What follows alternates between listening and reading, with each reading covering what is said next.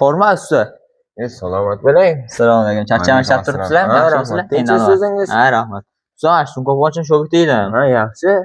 Shu yerda so'rashib o'rdi sizdan. Bemalol nima xizmat? 8-martga qizimga aytib qo'ydim ko'rishaman deb. Ha. U usta ruxsat bermadilar, plan bermadilar. O'shanda hisob bo'ladi. Zo'r ideyasi bor. Qanaqa edi? Bankomatda bahona qilasiz. Pul olasiz, vaqt ham olasiz. O, yaxshi-da, usta, rahmat. Sog' bo'ling. Yoshlar. 5 minutes later. Bo'ldi, hop. Sag'za kim bilan gaplashsan? Usta bankomatda chaqirishdi. Bankomatdan qachonga? 8-kunga.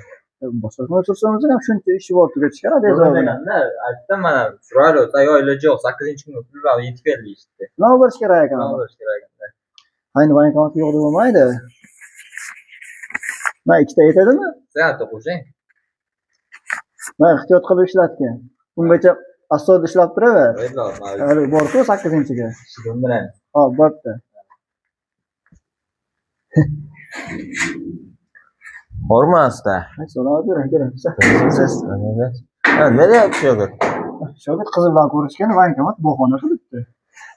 8-ku bozor-ku. Mana $5 dan tiqib yubordi. Ha, usta yomonsiz.